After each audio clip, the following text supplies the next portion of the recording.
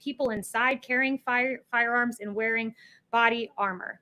This was no, quote, summer of love, as the Democrat mayor in Seattle said. And President Trump compelled action. He has said, take back your city now. If you don't do it, I will. He has said this is not a game.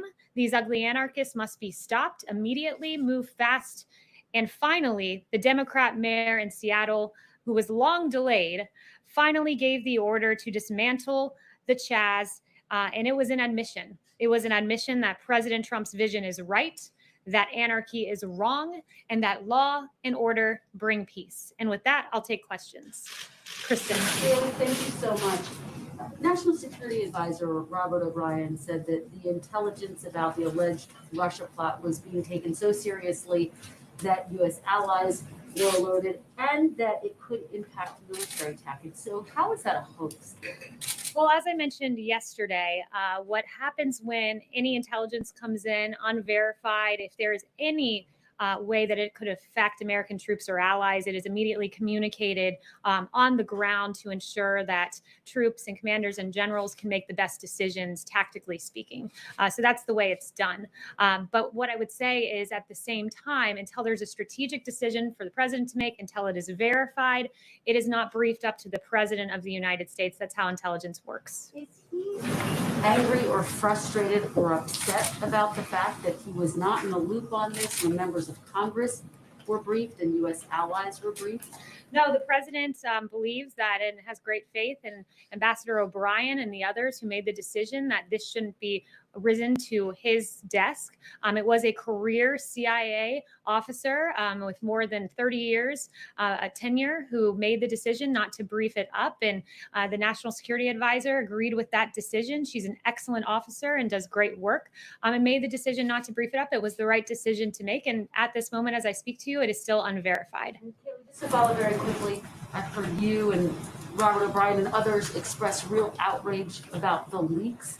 Is there outrage about what the intelligence community is investigating, which is the possibility of these Russian bounties targeting U.S. troops? Make no mistake that this administration has acted tough on Russia, always makes the decision that's in the best interest of protecting our troops, like killing General Soleimani, who killed 600 American troops, maimed thousands others, and al-Baghdadi. We always act in the best interest of our troops, but this is unverified still at this very moment. John. Kayleigh, why is the president calling Black Lives Matter a symbol of hate?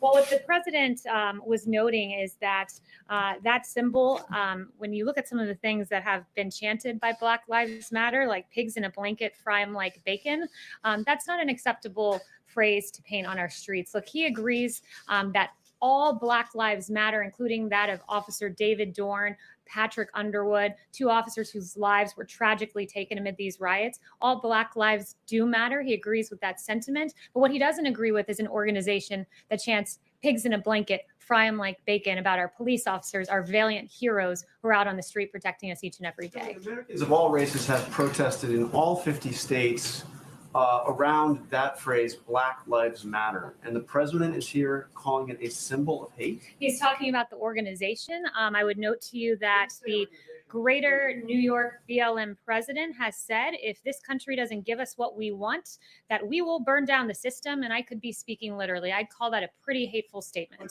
Yes, he's not talking about the organization in his tweet. He says the words. He says the words. Black Lives Matter. What's the name of the organization again? Black Lives Matter. There you go. You just answered my question. Go ahead, Ben. Question on coronavirus. Earlier today, the president said, I think that at some point that's going to sort of just disappear, I hope. Is hoping that it will disappear the president's strategy at this point? No, the president's confident that it'll disappear. He's confident that he's put together a revolutionary first-class team that is going to break through bureaucracy and get us a vaccine. He's confident that that will lead us to a place where we won't have COVID on our hands. And in fact, there was very pleasing news today from Pfizer and BioNTech that showed positive results for their vaccines. Dr. Fauci says that we're heading toward the 100,000 cases per day. But so why does the president have evidence that it would just disappear? Well, vaccine and it just disappearing. One thing I would note with regard to cases, we're aware that there are embers in the country. We're aware that there are places with rising cases, and that's why Dr. Birx is on the ground and others. We're continually assessing that. But one thing I would note is just that when you do test more people, you do identify more cases, and that is rapidly ongoing. We're testing more than 500,000 a day. To give you an example, on April 6th, really the height of the pandemic, we were doing 151,525 tests. One day, Thursday is the number that I have here, we conducted 637,587 tests. So when you have more than a 5-fold increase in tests, you have a greater identification of Do you cases. consider what's happening in Florida, in Texas, Arizona as embers? I would say that we see rising cases. We see embers around the country. We always knew that would come with reopening, but those who are identifying as positive cases do tend to be younger individuals, as the vice president noted. And I think the increase in testing is part of the contribution to what we're seeing. Yes. Today, Mayor Bowser said her office is communicating with the Department of Interior about the 4th of July celebration. It's not, in her mind, in keeping with CDC guidelines, as well as DC Department of Health guidelines. The White House has said over and over again we should look to our local authorities for how we should act.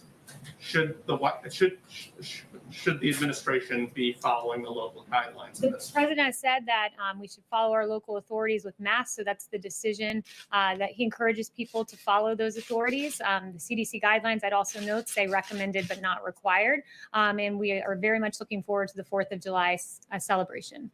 Yes. Are you preparing some options for the president to consider for retaliation against Russia should this intelligence prove to be true? And I won't get ahead of the president on action. I also won't get ahead of the intelligence, which at this moment is unverified. Does the president want this intelligence to be corroborated or not? Or what has he told his advisors on this front? The president, it's unverified. It's being assessed. It's going through the same process normal intelligence would go through. But what's unfortunate is we're having this discussion because of the New York Times deciding to run with this and erroneous information about the president being briefed, which was not true, and the erroneous information that there was a conclusion when in fact there was not a conclusion. Jen? Yeah, Kayleigh, can you confirm that the CIA director and the NSA director will brief the Congressional Gang of 8 tomorrow about the Russia bounties? Yes, that is the plan. 2 of them, anyone else that will be briefing the Gang of 8? I'm not entirely sure who else will be in that briefing. Say, does the president generally have confidence in the intelligence community's findings and conclusions about Russia? Yes, he does have confidence, and he's many times acted on verified intelligence. And there's times he's decided that it's in our strategic interest not to act. I'd give you the example of Soleimani and al-Baghdadi, and then the example of Iran shooting down when Iran engaged in actions, and the president said it's not time to engage because shooting down an entity is not the same as losing loss of civilian lives. Yes. Thank you. Thank you, Kayleigh. Shooting down a drone, excuse me. Yes. The president has come under criticism this week for statements that he has made that his detractors say are dog whistles to a certain segment of his base that he is trying to gin up for re-election. Those include comments like Kung Flu, our heritage, while talking about Confederate statues. And most recently, they include the video that I know you discussed and heard the other day, but the video of a supporter of his using the term white power. So why hasn't the president denounced that video and called that a hateful statement? The president took down that video. That deletion speaks strongly. And what I would note, the president has repeatedly condemned hate. August of 2019, in one voice, our nation must condemn racism, bigotry, and white supremacy. These sinister ideologies must be defeated. Hate has no place in America. In April 2019, we have no tolerance for those who disrupt this peace, and we condemn all hate and violence, especially in our places of worship. August 2018, I condemn all types of racism. He's repeatedly done this. Why hasn't he denounced that specific video and said that that is hateful language that was used in it? He deleted it. The deletion speaks for itself. His repeated condemnations of hate speak for themselves. And this is a president who's repeatedly condemned hate and repeatedly encouraged for us all to come together. Yes. Thank you, Kayleigh. Did the president meet today with Senate Republican leader McConnell about the future recovery aid package? And is there any sort of agreement on additional unemployment insurance or stimulus payments? Yeah, so I have no announcements with regard to his meetings, but what I would say is he did mention that in a phase 4, he would be open to direct payments on the point of unemployment insurance, one thing that he's concerned about is he does not want to see an incentive not to work, and enhanced unemployment benefits that Senator Schumer has suggested would be an incentive for people not to get back to work. And he wants to encourage people to get back to work. And at the same time, he's mentioned a payroll tax holiday, a big win for our workers that helps those who are on the lowest end of the payroll, would help the Americans who need it most. So those are some things he's talked about for phase 4. Yes. Hey, you used the word embers to describe the coronavirus, but yesterday, another all-time record of 47,000 cases and 4 times this week a new record. Why do you use the word embers when many people would say it's more like a wildfire? So I use the word embers because that is what the president has acknowledged that would happen around the country. You would see spikes across the country. He said at times you would see a fire across the country, embers, fires. But at the same time, I would note the increase in cases, or the increase in testing, 6-fold increase in testing. You identify more cases. I'd also note that Secretary Azar said that we've seen nationwide that fatalities at a 2-month low. So this is a different situation when those who are testing positive are younger. We have increased tests. We're aware where there are surges. That's why Dr. Birx is on the ground. But we believe we are equipped to handle what we see on the horizon. Has the president made a conscious decision to talk less about the virus? I think in his town hall with Sean Hannity, someone measured it was only 3 minutes that he discussed it. He tweets about it far less often than he used to. The president is not focused on talking, he's focused on action, and his administration has taken historic action with regard to the coronavirus. We have an excess amount of PPE, surge, a huge amount of ventilators in the stockpile, things that could never be done, we were told, have been done under this administration, testing more than 600,000 a day. This president has done a historic job with regard to the coronavirus. Louise. Thank you. President yesterday tweeted that he's angry against China.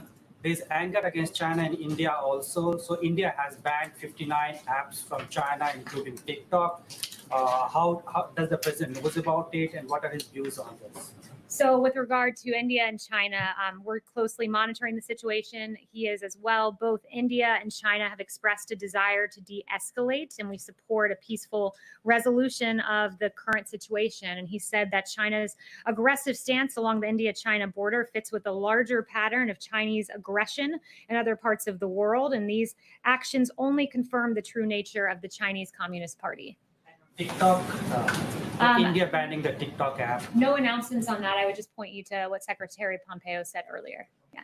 Yes. When can we expect the president to weigh in on Israel's plan to annex parts of the West Bank and the Jordan Valley? And how much does this delay perhaps have to do with the concern about setting evangelicals here in the United States, who, of course, are a really important part of the president's base in the election? Yeah, so I've not spoken to him about that specific issue, but he's a great supporter of Israel, and I would just leave it at that. But Kayleigh says that there could be something this week, so I'm just wondering what the delay is, and maybe you could weigh in on, there are concerns this could be the final nail in the coffin on a Palestinian state. Like, what is the president thinking about that? So no announcements on that front, and I won't get ahead of him on anything that would happen this week or beyond. Yes.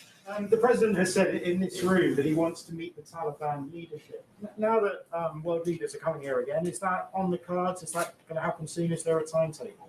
So again, I won't get ahead of the president on that. What the president wants is to see our troops come home from Afghanistan. He has been on the record being against keeping a sustained presence in Afghanistan. He does not believe in foreign adventurism and wars that drag on. He believes the ultimate way to secure our troops is to bring them home. Has the report of the Russian bounties to Taliban fighters affected that calculus? That's unverified intelligence that's currently being assessed. Yamish? Hi, thanks, Kayleigh. The first question I have is 2 questions. The first is, on Monday, the president went after stripping racist names on buildings. On Tuesday, he went after a rule to combat racial segregation. And then today, he said that he described the words Black Lives Matter as a symbol of hate. Why is he digging in on race in this way? So first, I mean, if you're saying that the fact that he does not want to rename our bases, if you're considering that racist, then apparently 56% of America is as well, because 56% of America is against changing the name of U.S. military bases. He believes that our young men and women who left these bases overseas, many of whom lost their lives, and the last thing they saw was being on one of these military bases, that they should not be told that the base that they trained in, the last place they saw on American soil, was a racist institution. And that's a proposition the vast majority of America agrees with. Including him saying that the words Black Lives Matter, as we've noted, has been chanted in 50 states. Why is he saying that that's a symbol of hate, on top of all the other things that he's done just this week alone in terms of race? Well, is pigs in a blanket frying like bacon racist? I mean, is that hateful? That is a hateful thing to say, I would argue. I would think the vast majority of America would agree with that too. I think the vast majority of America would think it's hateful to say that we will burn down the system. And I could be speaking literally. I think the vast majority of America would agree with him yet again that holding up a severed pig's head is unacceptable. You're not going to engage on that. I have a second question. I did engage on that. The second question I engaged on that, Yamiche, and I said we agree. All Black Lives Matter with that sentiment, but we will not stand with an organization that exhibits that kind of hate against our police officers. What does the president have to say to military service, the families of service members who are really afraid that their loved ones might have been killed in connection to this Russia bounty? There are families already saying, we want the United States and federal government to call us and settle us up. Kristen had an interview with a father saying that just this week. What is this president's message to the military families in this country? So that it's unverified intelligence. It's continually being assessed. And the Department of Defense has said they do not know of any Americans that have been killed in relation to this unverified intelligence that's currently being assessed. Yes, Janelle. Thank you, Kayleigh. The president has stated in the past that he will not tolerate defunding police, and he said this multiple times. Considering that many Democrat-led cities have now done so, including New York City as of this morning, what does not tolerating this move look like from the president's vantage at this time? Yeah, I mean, speaking out fervently against it. And what it means is, this executive order gives additional funding to police departments if they meet certain standards. We want safe policing. We want to make sure that police officers are trained to de-escalate. That's why there is this supplementary funding in the EO that incentivizes and rewards police departments that train their officers in de-escalation, that get rid of chokeholds, except when there's an incident of lethal force. But look, he stands firmly with America yet again on this, with 64% of opposing defunding the police. That's a huge number. 57%, and according to another HuffPo YouGov poll, stand against it. And look, where America stands is here, where we're at a place where 64% of the nation are concerned that the growing criticism of America's police will lead to a shortage of police officers. That will harm all Americans. It's an untenable principle, and it's unacceptable when you have people like Representative Ocasio-Cortez really suggesting where the Democrat Party stands today, because taking $1 billion away from NYPD police officers wasn't enough for her. She wants to take it all away. She doesn't want police officers, and that's a really unacceptable proposition.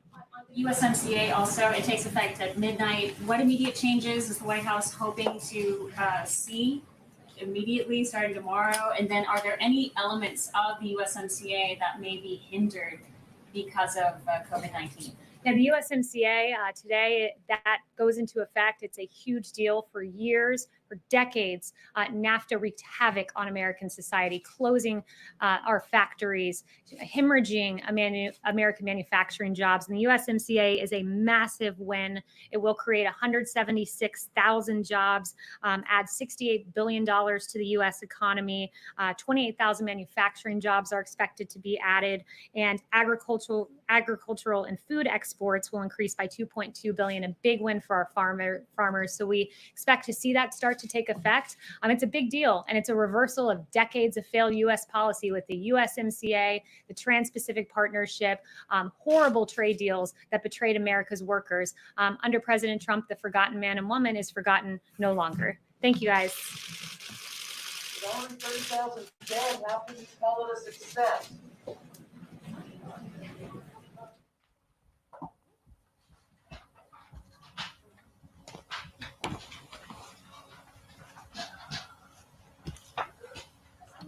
How are you? How are you guys doing?